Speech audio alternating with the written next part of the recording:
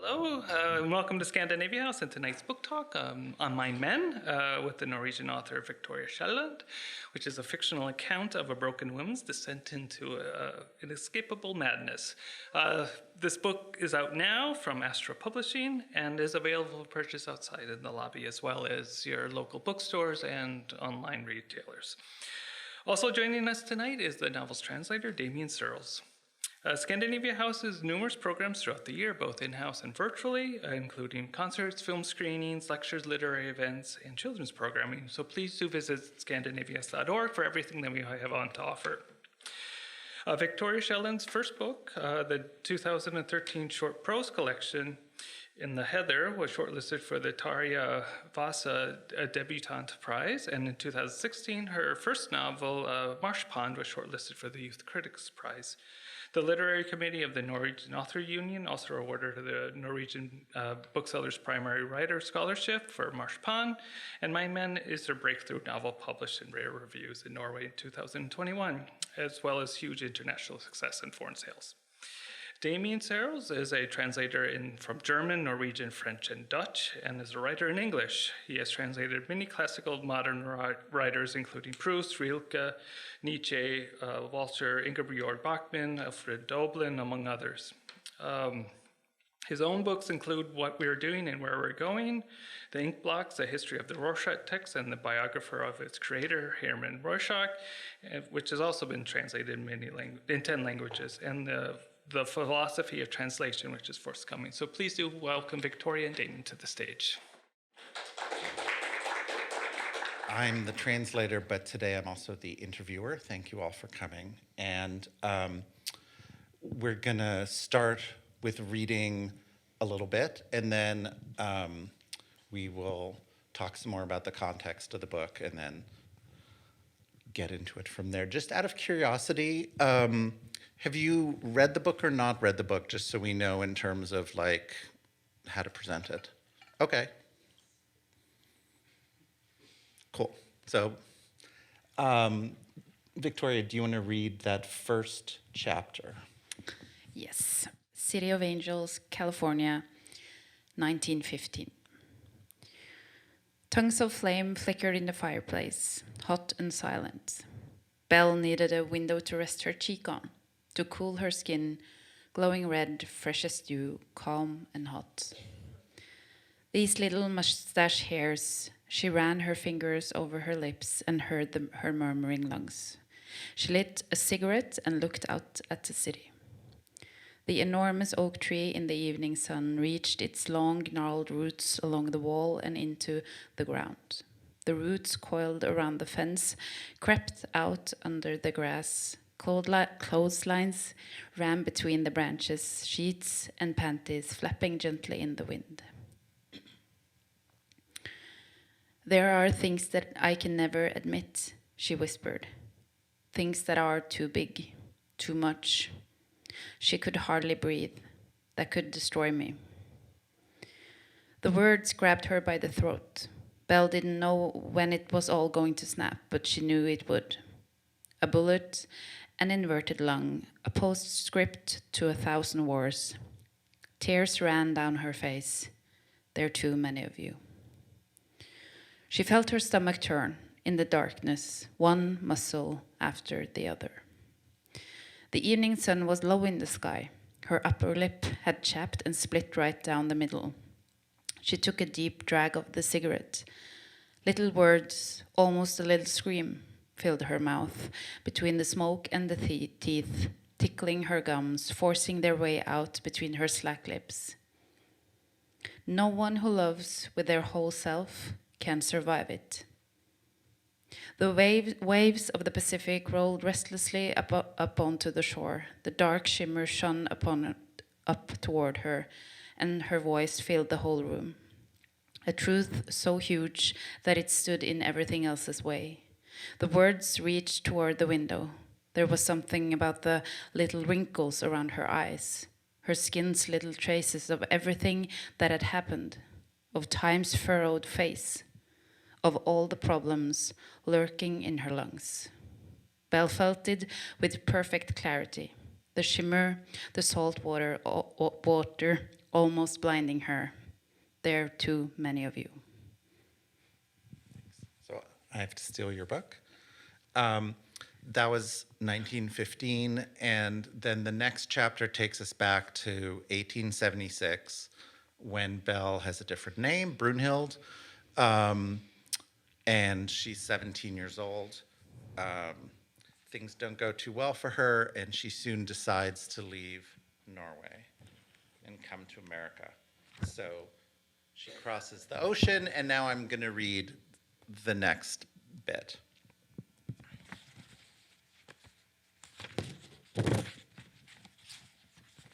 Brynhild, sorry, forgive the American pronunciation. Brynhild dragged the suitcase onto the train. In the dusk, her hands were like white skeleton hands, and her bones, that eternal fragile structure, always trying to hold a person upright, shone through her skin under the street lamps. Moments of closeness, belief in something bigger than herself. Brynhild had to move on. She had to get to Chicago. She had to find her way on her own. That's what Nellie had said. One step at a time. She had to watch her money, too. Watch the door and the stairs and the compartment. She had to carry the suitcase on board and not let it out of her sight. Then, only then, could she lean back and watch the train slip farther and farther into the country. See how it swallowed up mile after mile. How the forests and the prairies melted together in the middle. How everything was bigger, wider, and longer over here. Nellie and her husband had promised to take her in. Nellie had written about all this, how Brynhild had to take the train and not talk to anyone, how the lakes could be so calm. Nellie had written about lakes big as oceans, beautiful, icy blue, filled to the brim. Michigan, Superior, Huron, Ontario, and Erie. Untouched by human hands. There were no words for it. Everything really was bigger and more beautiful, not snaking little arms of fjords like back home. The lakes here lay in the landscape like eyes filled with tears. Brynhild had never seen so much water before she set foot aboard the boat. Brynhild sat with her suitcase right next to her, her weeks on the ocean still in her body. That gentle rocking there were no words for. She had finally reached the other side, finally, and she slid farther and farther in, the train drilling its way through the forest, hope welling up in her sensitive face. Darkness flooded out between the trees. She rested her forehead against the cold train window, pupils fluttering at everything outside, everything melting together before her eyes. The land was fertile, that's what everyone said. They said you could get rich practically overnight. The natural resources were endless. There were lots of Norwegians, lots of husbands. Everything could be created anew, and so much better. She could see it all with her naked eye. There was no doubt about it. Everyone here could have as much as they wanted. Her eyes were drawn to the water between the trees, to everything that vanished between the tree trunks and never came out again. It glittered far away in there somewhere. But the primeval forest pricked into her eyes, hope feverishly hammered in her chest. So I thought we'd start with that just to give you kind of the voice and, on the one hand, the disorienting factual background, and on the other hand, the super immersive quality of your like being in her body and feeling all these things. But maybe, Victoria, you can give us a little more background at this point, like who is Belle and, you know, why is she in America and what's going on? Yeah. The book is written sort of from the beginning till the end, but it's to sum up Belle's life. It's easier to start with the end of what may be her death, because that is still a mystery. So one early morning in 1908, her farm burned down to the ground, and in LaPorte, Indiana, is where the farm is. Yeah. And this farm was like didn't have any neighbors. It was quite rural where she lived. But her farm boys saw the fire and they couldn't put it out. So in the morning, when they started going through the ruins, they found 2 small bodies of 2 children and a female body without a head. And that's where sort of the mystery starts. At least with this female body who didn't have a head. And then they start on digging, because they soon find even more parts of different other bodies around in the garden. So they start digging even more. And then after a couple of days, they have found the limbs of a total, we don't know, between 14 to 40 men. And that was the time when everybody was asking who was Belle Gunness and what had she been doing. And what they found out was that she was a young, poor girl who traveled from Norway, as you said. She was 17 when she came here, and she was living with her sister, Nellie. But something happened, so she cut the contact with her sister, and she lived a quite isolated life after that. But her method, or what she did, was that she was putting ads in the paper and answering ads from men. And she started writing a lot of letters with these men. And she told them in these letters, don't tell anyone we're writing. Sell all your stuff and come to me, and you will have a beautiful and great life. And sell all your stuff. Yeah, and bring all your cash to my farm. Yeah. And no one can understand our love. Yeah. So, I mean, you have to picture this is frontier territory. A lot of men, not that many women. I mean, picture the gold rush, right? It's the upper Midwest. You have a lot of Norwegian bachelor farmers. And so they're putting these ads in the newspaper being like, I have a prosperous life. Send a photo if you're a Scandinavian girl or widow who can appreciate it. And so that part is, in a way, normal, but it is kind of funny and crazy that when she writes back and says, you know, liquidate everything, bring all your cash, that they do. And like one after the other. So, so in your telling, you know, she's looking for love, and like all these poor guys are looking for love too. And they actually are writing a lot of letters back and forth. So she sort of gets a relationship with these men. And the letters are actually archived in a museum in Laporte.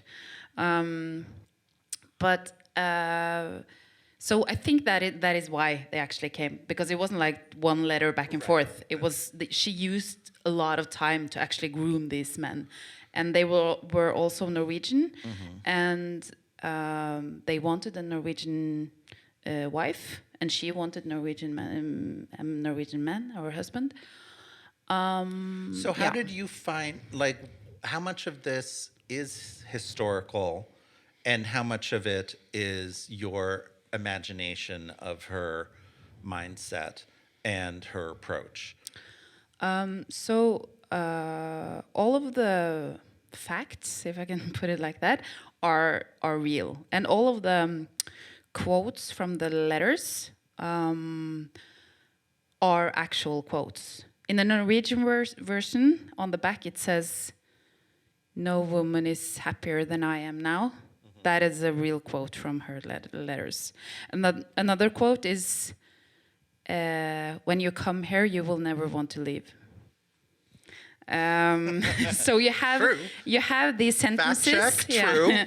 When you have these sentences, like came from their perspective, a place of love, but from her perspective, probably somewhere else. So I think that's how it like changes in the novel. Yeah. So that is actual facts, and her travel, and that she was going to live with Nellie, her sister, and that Nellie paid her a ticket over because Nellie, her sister, came first. She was a part of the first wave of Norwegians traveling over, and then Brynhild was, a part of the second wave.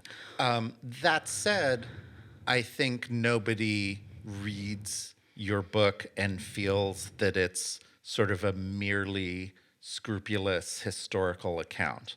It's a very subjective and literary reimagining or imagining of how someone can end up doing these things. So, given that all the facts are there in the historical record, why don't you say a little more about like what you put in or what you thought needed to be in a novel as opposed to just some historical text like all the other ones out there? Yeah. I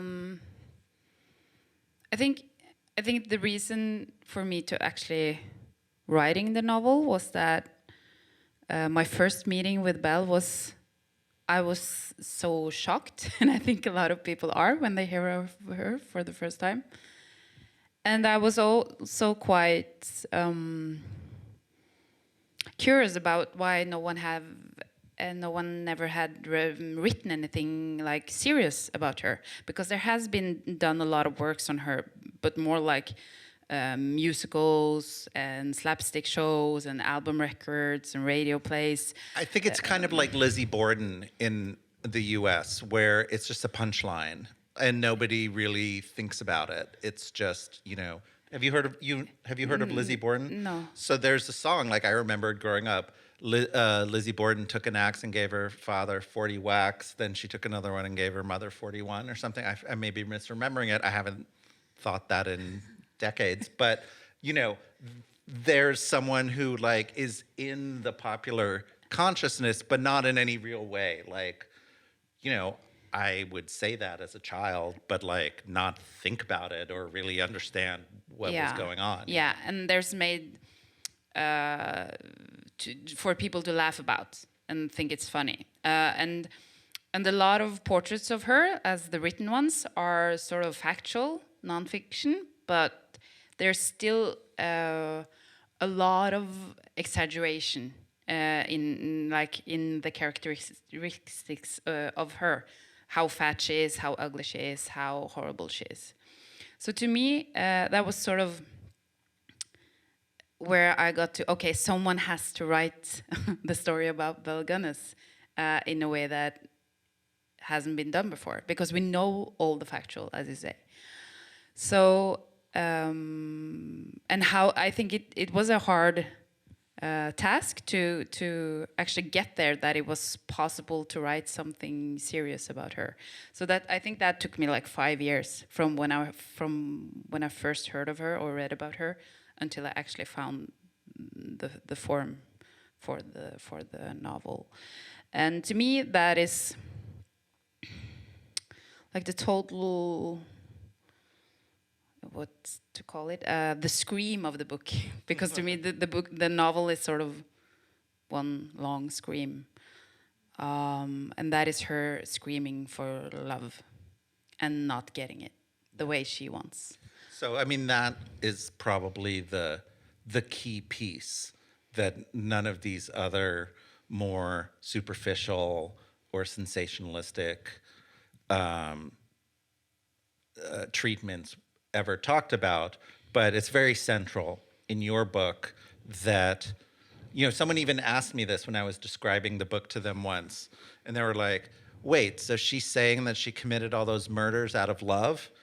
And, I hadn't ever quite had it so bluntly in my face before, but I had to say, like, yeah, that kind of is the message of the book. Yeah. And that is because her conception of love is so closely connected to violence, and her sexual expectations and being in the world. So in Belle's logic, when you love someone or they love you back, they could also kill you, and that is so closely connected. And that's also why her body is sort of the central focal point of the novel. Everything is centered through her, or like it just flows through her body all the time. So you will not be able to escape her body. In that sort of the view of the narrator. And I think you heard that in the passages. So there's threats that are sitting in the lungs, or there's, you know, this prickling coming in through the eyeballs, or all of these descriptions that are in a very unique way, I think, both anchored and unanchored, because they're super physical, but they're not kind of grounded in experience of a person the way it usually is in most writing. And also, this has to do with the language. So this kind of leads to the main question I actually kind of want to ask you, since I, as the translator, get to be the interviewer this time. So it was a wickedly hard book to translate. And I'm not the only one who said that. I actually know a bunch of the other translators, and we all complained about how impossible it is. Because and there are two ways to talk about it. One way is to say like what the weird stuff is, but the other way is to explain it by saying, well, that's how the Norwegian language works. So in Norwegian, you don't kind of attach everything to personal experience in the same way you do in English. And you may not know that English does this if you haven't dealt with translating before, but it actually does. So in English, you say, he held out his hand. In Norwegian, you would just say, he held out the hand, or she wiped the leg, or she brushed the hair from the forehead. You don't like pin it to a person. It would seem kind of excessively, personal and weird to like say her over and over again, because it's the hair, like, you know, it's the hair. And so normally when you're translating, that's not a big deal. You just put, she brushed her hair from her forehead, even though there's the word for the in the Norwegian. Like, obviously, you would translate it. But in a book like this, where she's so unclear on personal boundaries and where all these bits of experience are sort of located in body parts and kind of free floating around, but they're all hers, well, then you don't want to pin everything down, because you're taking away from the way the book is expressing itself. And in fact, you can't always pin it down. So sometimes there'd be sentences like, you know, the fear bubbles up in the lungs. And I would be writing an email, Dear Victoria, is this her fear? Is this Belle's fear? Or is this the fear of the like guy she's about to kill? Like, what fear? Whose lungs? And you would just say both. Because in Norwegian, you can. Like, it sort of gives this sense. And the language allows for that. And so in English, though, you can't just say the fear bubbles up in the lungs. Like, I noticed in the reading, there were a couple places where it said the instead of her. But you could only do it very selectively and in some contexts. And as a translator, you have to like make it say what it says in English, not in this other language that works in a different way. So, I mean, along with the pronouns, all of this physicality of like, there's a prickling that settles down on the eyeballs. Like, you just can't, that just is crazy in English. And, you know, in English, you can say things like, I felt a tingling in the air, where if you're like hyper literal, you would say like, well, what does that mean? Like, what's a tingle? But still, you'll notice in that sentence, there's an I feel there. It's still sort of anchored in like a person who has an experience and who feels things. And so like, I felt a tingling in the air is still a lot more like doable in English than like a prickling settled down on my face, right? So anyway, that's why it was a hard book to translate, but also interesting to try and like continue to get these effects, even though the language didn't really allow for it.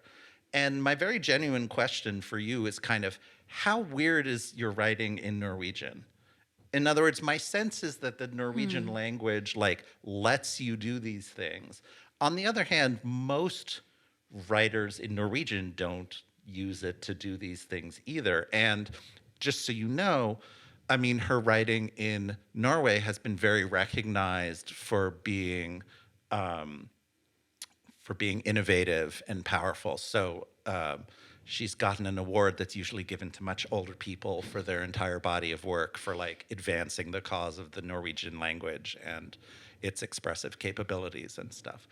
And you got that already. So obviously people know you're doing something new and different, but I guess how weird is it? It probably is weird, but to me it's not weird. So to me it's just my way of writing. But I was thinking what you said about the fear and the lungs. To me, that is sort of a big part of the psychology of the book as well, because she has, as you say, she has a problem with boundaries. She has a problem with distinguishing what is her and what is someone else. Well, that's what you said. You told me that at one point. You're like, at every one of her thresholds, there's a problem. Yeah, and I was like, oh, I get it now. It was super helpful. Yeah, and I can give an example, so you sort of get what I'm actually meaning. Nellie is her sister. She's moving in with Nellie, and Nellie has, I think, 5 kids. And Belle is spending a lot of time with her youngest child, Olga. And at some point, Belle thinks it's reasonable, since Nellie has so many children, that she could have Olga as her own child. Right, Nellie, you're so busy and you're doing all this stuff. Like, why don't you give Olga to me? Yeah, because I have no children. So that's reasonable to me, or to her. And Nellie, of course, says no. You can't have Olga. She's my daughter. She's not your daughter. And at that point, Bella walks out the door and never talked to her sister again. And that actually happened. And to me, that is a key scene, because she can't. She don't have any boundaries on what is Nellie and what is Belle. Belle and Nellie are the same person. So why shouldn't she? They have the same children. It's just all of the same. It's just there's nothing separating them. That's just like the same mass of being. Right. So that's why you said both. Yeah. But yeah. But I still had to answer. but still. So she has this problem with boundaries, and then also she has this a difficult relationship with God. So she's always talking to God and praying to God and having sort of like connection. But God is not like one size in heaven. He's everywhere all at once. So God is the wind, God is the sun, God is nature, God is the spirit of the world. So when she's talking about the fair, that is God. When she's talking about the circling or in the lungs, that is also God. That is the existence which is actually threatening her all the time in Norway and in the States. And she's always like, to me, it's like she's having a hand on her neck, that it just pushing her down, and she's forcing her way up. And then as the book goes on and her psyche goes more and more, it spins even more, she's slowly shifting and melting together with her own sense of God. And at the end of the book, she is God. So to me, she's sort of like evaporating, but she's sort of, she's floating drifting in these states of minds, and in these powerful force that it's like flowing through her and the world, the rest of the world. And so when you hear me say this stuff about how like English doesn't work that way, does that seem? I guess does that seem right to you? Like not necessarily the English side, but do you see the ways that it makes sense when you explain it? Aspects of Norwegian work to express that. So it is relatively normal in Norwegian. Like the Norwegian language is sort of set up to kind of capture those ideas in a way that English is maybe more empirical and and you are not the first translator who is talking about these things, and the Swedish is quite closely connected to Norwegian. He's also like, you can't write this in Swedish, and I was like, yeah, you can write this in Swedish, but then I have to change it. And I was like, yeah, but it's wrong in Norwegian as well. But I can do it. Well, that's what I'm asking. So it is weird in Norwegian. I think so, but I don't know the rules like in detail. And my editor is quite nice and good with me. So she says, you're the artist, you can do whatever you want. And then we will see, when we read through it in the end, we will see where we have to change things. And I mean, of course, English isn't in some cage somewhere else that's like completely unable to deal with this too. That's why the book is so interesting as an English book. And I mean, that's part of even why I wanted to read the train scene tonight, because there's certainly a lot of writing about the American sublime and the American landscape and it being so big and overwhelming and like the presence of God in the sky and the lakes and all that kind of stuff certainly exists as a thread in American writing and kind of level of the English language is able to talk about it. There's a whole tradition of it. And so it's, one of the things, because I happen to know about that and be interested in that was fascinating about the book was sort of seeing that in this form, like her trip on the train for the first time, seeing America, and it's so big and overwhelming. I mean, she's having the same experience she always has. Like her boyfriends are big and overwhelming, God is big and overwhelming, like everything's big and overwhelming. But that connects to America and ways that people write about America, not only the landscape, but also there's a chapter, she goes to the Chicago World's Fair of 1893, the expo. And there too, she sort of encounters everything. Like there's the old world and, all the kind of kitschy buildings and the like dances with the sausages from all the different countries and all the different areas and pavilions and whatever. And she's having the same experience there. Yeah. I know in your first book is also sort of grounded in the American environment and stuff like that. So I imagine that was part of the intention. That I'm not just totally reading it all into it, right? That you were writing about the encounter with America and how Europeans saw it and stuff like that. It was the land of hopes and dreams. So it was supposed to be big and supposed to be like something sort of almost crushing her. Yeah. That's what she says. She's like, everyone can be rich and you can get so many Norwegian husbands. They're just like, the streets are lined with gold and Norwegians, But I want to comment what you say about English and the translation and if it's weird or not. I think when we have worked together on this, when you have asked me questions and asked for suggestions, and I write a suggestion and you write me back that is not English, and I was like, to me it's English. It sounds good to me. So this, and then I understood that I just have to like back off because if my suggestions are not English, then I thought I could English more than I could. That makes me sound really bad, but this is one of the particularities of working in a global language that a lot of people know. So like there are a lot of people around the world who know English, and at the same time, this isn't you.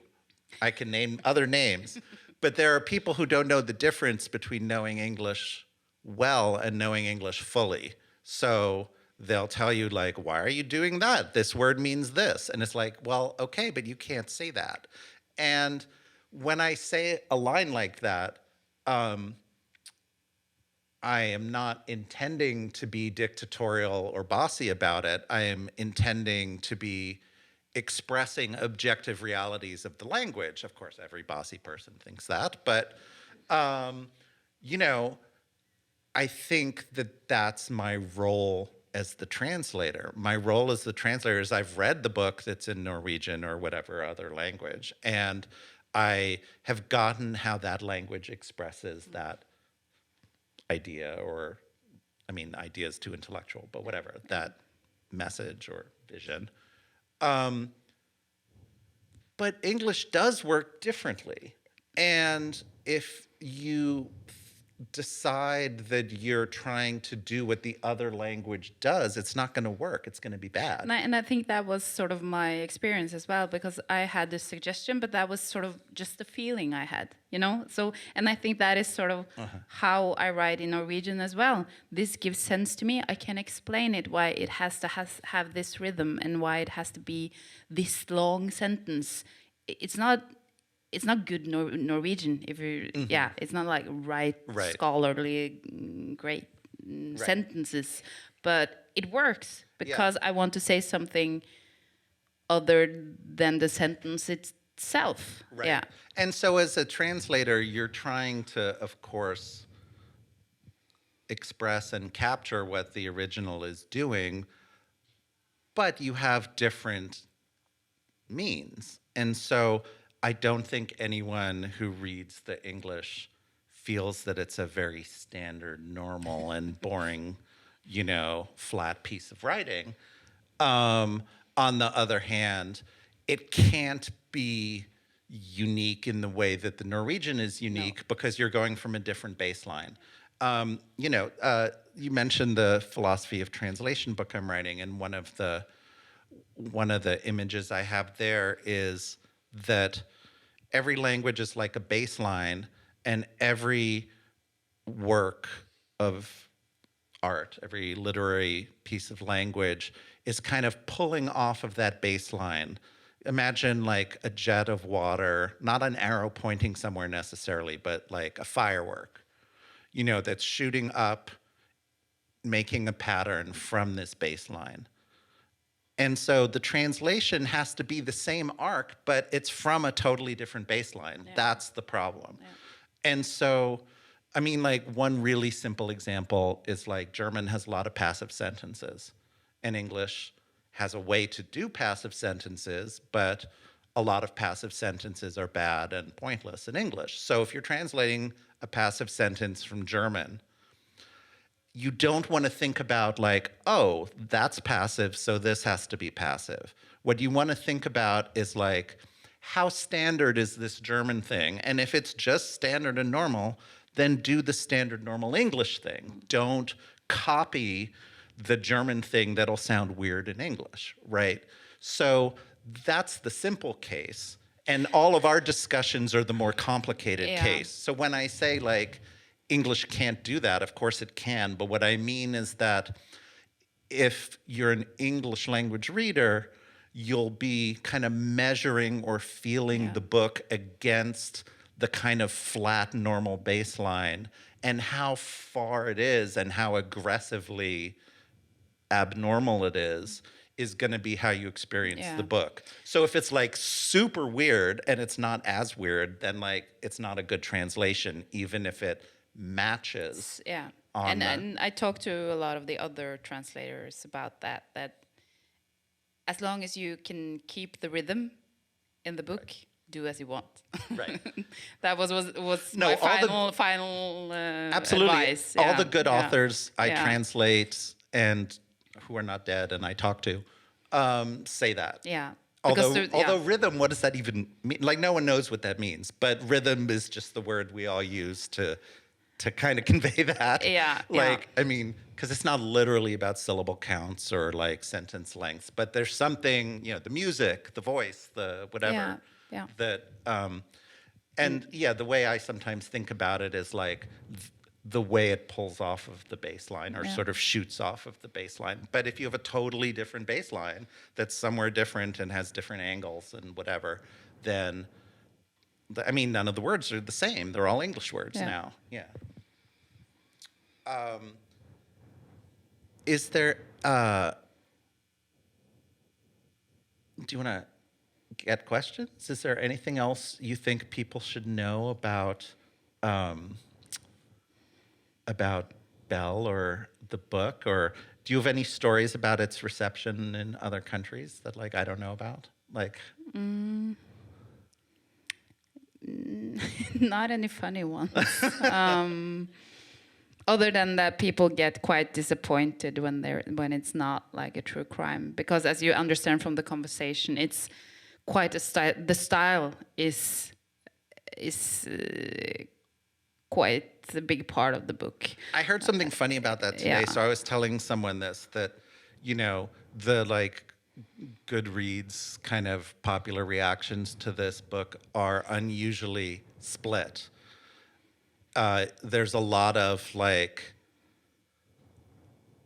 WTF, I thought this was a true crime book, 2 stars. Like, what is this? And then there's a lot of beautiful, brilliant, 5 stars. What an incredible experience. And so I was just telling someone this, an editor at a publishing house I was talking to today. And he said that actually it's Sarah McNally, who does McNally Jackson, apparently goes to Goodreads looking for the 2-5 splits. She's like, if it's bunch of 3s, bunch of 4s, I'm not interested, who cares? But if there's the like, half the people are 5s and half the people are like, what is this 2? Then like, that's the kind of book she wants, because it has this, strong reaction in one direction or another. I thought that was pretty funny. Yeah. But it is like that. Either you like it or you don't like it. So that is sort of like the problem with having such a stylistic style, if you can say. Well, I think because also the subject matter. Yeah. I mean, like, if you had your style, but were not writing about like a real life serial killer, then you probably would not have the same. Maybe. I don't know, but I have like gotten some feedback on my other books as well that it's somewhat of annoying style. Yeah. It's not. So either Don't you like listen to it them. or you don't like it. But yeah, you can't. It's funny, when I first read it, I didn't have that. I was like clearly in the 5-star camp, and I don't read true crime like serial killer or thriller books personally. So but it isn't a true crime. It's well, to right. me. It's, so, it's but a I mean, story I didn't about, want it to be that. Yeah, it's right. a story about love. To me, it is a strange love, but it is a story about love, and I think all my books are actually. Yeah. She kills the children too. That's the one thing I'm kind of wondering about. My Men is a little bit slanted because it's sort of. Or she doesn't. Her, if you believe that. Doesn't she kill all those like foster kids who keep mysteriously dying? That is. The sources say different stuff. They say that. What do you think? They disappear. She can't have children, so she takes in a lot of foster kids, and they mysteriously dies. But kids did die from different illnesses at that time. And Brynhild comes from. She has a lot of siblings, and actually there was 2 Brynhilds in the same. Her sister. She had another sister called Brynhild and 2 were called Brynhild because they thought one of them was probably going to die anyway. So that was sort of like how the relationship to kids. They died So they could be natural causes, but the sources doesn't say. One doesn't know. No. I certainly got the sense that it Yeah. was a little bit. In my interpretation. Uh-huh. Yeah. Yeah. She might have done that. And And this is part of what's so amazing. We were talking last night at another event. There was almost, I would say, debate about the way that the crimes start getting concretely represented late in the book. And by that point, we've spent so much time in her like tortured mindset and her sort of extreme reactions to things that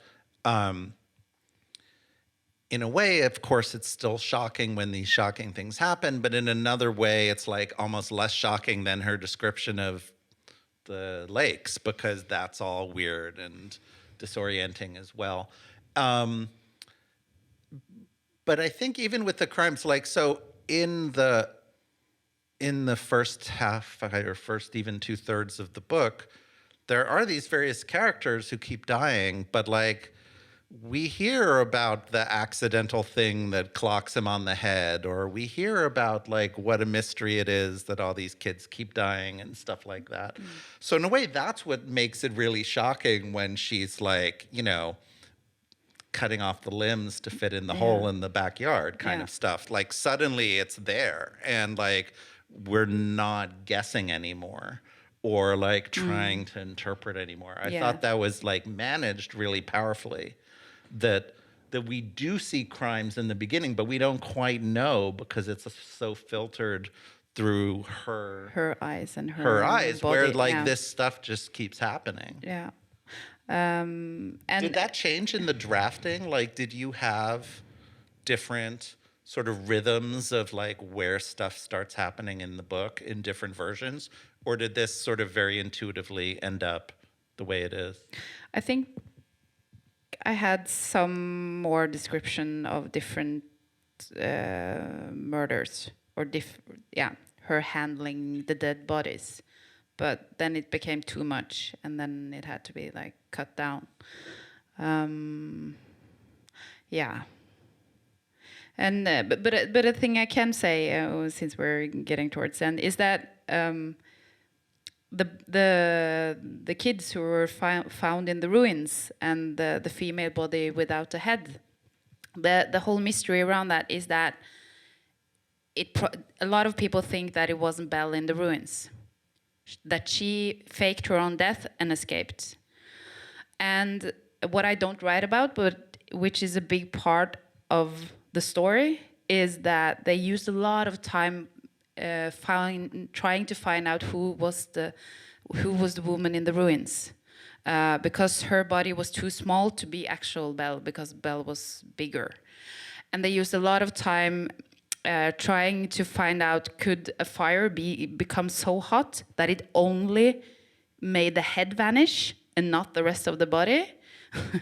And they used a lot of time trying to find out if Belle had gone to the dentist and if she had gold in her teeth, because then they had to start like looking in the ruins for the gold from her teeth. So it was 2 trials afterwards, and the other trial was against Ray Lamphere, which is the only man who doesn't die in the novel. And he was the only American, and he worked at the farm. And the story says that they were lovers. And he was accused for the fire, not the murders of the bodies, but for the fire. And he went to jail and died in jail and never said anything. So that is probably the love story I should have written about, maybe. But yeah, but I was just going to say, so none of Ray is a character, and that's a very interesting relationship in the book. And he's also. But this aspect is kind of exactly what all the 2-star people are missing. Yeah. You know, and wishing they had gotten more information about. Yeah, and he is also the mute character in the novel, and I think that is also interesting with most literature who is the mute character in a novel, who is not saying anything, who is not allowed to say anything. And Ray is the actual character who is not allowed to speak. It surprised me to hear that, because they have, I mean, we hear what, really? Like, I thought he said stuff. No, he doesn't. Wow. He had no. Well, And- I guess the way you write it makes us feel like we're getting at least the narrator's vision of his reaction to things. I mean, he is like responding and doing stuff to the point where I, who wrote all the words in the English version, am surprised to hear that he didn't say anything. No. But And if you want to like look at it in a romantic way, she went to quite far to actually get a restraining order against Ray. She went to the police and told the police he was crazy and violent towards her. This is not in the book. And if you see that in a twisted way, that was her only way of keeping him away from her. So she protecting wouldn't him from herself, Yeah. not killing him. Yeah. So. all right. Yeah. Okay, on that note, any questions, any comments, any other questions for Victoria? Is anyone from her family still alive, and have they been in touch with you? She didn't have kids, so it's the family from her sisters and her siblings. And I have had some relatives, like far down, like quite distant, coming to some of my talks. But they are quite like, I'm related to her, and it's not like they're, because I'm sort of like afraid they will be mad at me. But they're like just they're proud, sort of, in a strange way. Yeah, I don't know. But I think the book or the novel would be a quite different book if she had children and living relatives. Maybe it wouldn't have been a book. Yeah. Well, but also, I mean, nobody knows, but as you all heard, chapter 1 takes place in 1915. So the book comes down on the side of she did fake her own death, or at least set the fire and then leave. I mean, but you're not the only one. Like, No. It's definitely an open question, and it seems, I think more people think she didn't die in the fire, because why would she? Yeah, Like, I think yeah. most interested. Yeah, they think that she escaped to California. Yeah. And, So and what made you decide to give that at the beginning instead of at the end? That's a good question. I think epilogue, like 1915. That would be the chronological way. I think that was me just falling in love with my own language and wanting it to be like really poetic in the beginning, and then I could just slide it off. worked. Good decision. Yeah. Yeah. I was really struck by the way that you developed this emotional through line for this character all the way through, and it was kind of amazing to feel sympathy for her and to feel, she was obviously did these horrible things, but like I felt her the whole way through. And Damion, you mentioned about how it was the body, that there was the presence in the body, and I feel like, or maybe you both mentioned it, that seemed to definitely be a way to ground it and keep it continuous throughout. And I found that so compelling and very unusual. I hadn't really, in a good way, very original. Yeah. Can you speak to that at all? Was that a conscious choice or sort of an automatic thing that you just did? I haven't read any of your earlier books, so I don't know. That is, to me, writing is a really physical experience, and I also want that to be a physical experience for the reader. So, I kind of want it to be like hard. You have to battle with the text, and also the character in the book. You have to feel her body through that sort of fighting with the words and the sentences and the intensity. And as the story I told yesterday, it went 5 years from when I first read of her until I managed to write anything about her, and that was the first time when I was like sort of able to write about her. That was a time of my life when I fell quite deeply and madly in love, and that was sort of me connecting to some place inside of me which was connected to some craziness or some like feeling of this sort of like this, you know, when you see soccer games or like the World Cup and you see that everyone is really happy, but it's an angry happiness. It's like this, it's not a good force. It's a good force, but it's also not a good force. And that was sort of like the feeling I was battling. The sense of this could go wrong if this explodes in the wrong way. And that is sort of the embodiment of the language to me in that book. And that is also quite important to me, that is sort of like deeply human. And for all of us, that we share this ableness of being able to feel these strong feelings. And we all have different types of tools on how we manage our feelings. But if you don't have some tools, any tools, then you're Belle. Yeah. So, if that answered your question, yeah. Yeah, I guess on a related note, I'm wondering if you think of her in any sense as mentally ill or crazy or is it more like something that might happen to anyone if under extreme circumstances? Like, could you speak to that? Yeah, I would say, as I told Damion, both. I think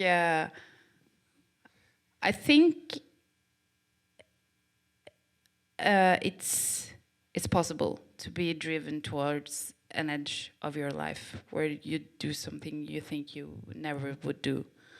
But I don't think the majority of of people would kill someone.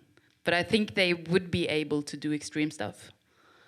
And I think as I have read about Belle in my research, she was quite isolated. And I think a type of isolation that she experienced can make you mentally ill. And that I see that among my friends in in Norway as well, that people who are quite isolated can get quite ill.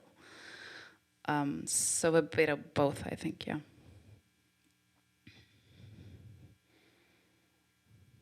Maybe one more, if there's one more. Otherwise, thanks very much. Thank you.